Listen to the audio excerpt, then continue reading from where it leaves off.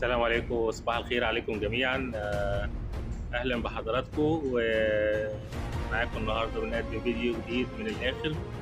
آه، الاول نصبح عليكم وصباح الخير، صباح الرزق الحلال الجميع. جمعه طيبه مباركه، ونتمنى دايما نكون عند حسن ظنكم بينا.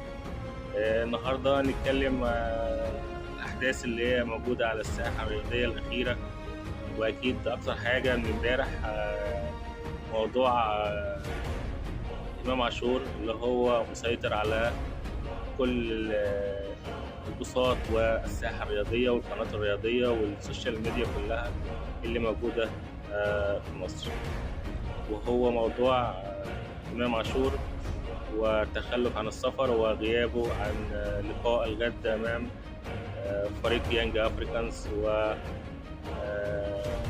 وعدم الذهاب إلى ملاحقة الفريق وعدم الذهاب إلى المطار، والذي كان يقدم فيها بعض الأعذار الطبية إلى طبيب الفريق النادي الأهلي، ولكن أسباب غير مقنعة، والتي أدت إلى طلب من طبيب الفريق الحضور إلى المطار من أجل الكشف عليه وتحديد مدى إمكانية عدم سفره مع الفريق والذهاب للقاء الهام.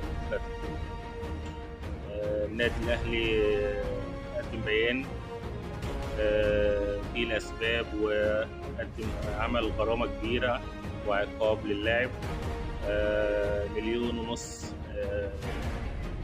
جنيه غرامة على اللاعب، زائد إيقاف لمدة أسبوعين حتى ظهور اللاعب مرة أخرى وسماع اللاعب وتقديم المبررات وعدم السفر مع الفريق في هذا اللقاء الهام.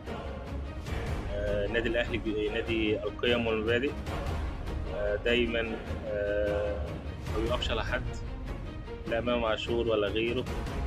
كتير قبليه حاولوا يعملوا نفس الموضوع من أجل الاحتراف، وده هناك كتير في أسباب وعوامل أكيد خارجية مؤثرة اللاعب بيبص عليها، وده كله ده كان باين الفترة الأخيرة والمباراة الأخيرة أمام وادي دجلة، والمشاحنات مع زميله محمد هاني، وهذه مش أسباب مقنعة إن هو ما يسافرش مع الفريق، واللاعب أصلا حد لعب في دماغه عايز يحترف.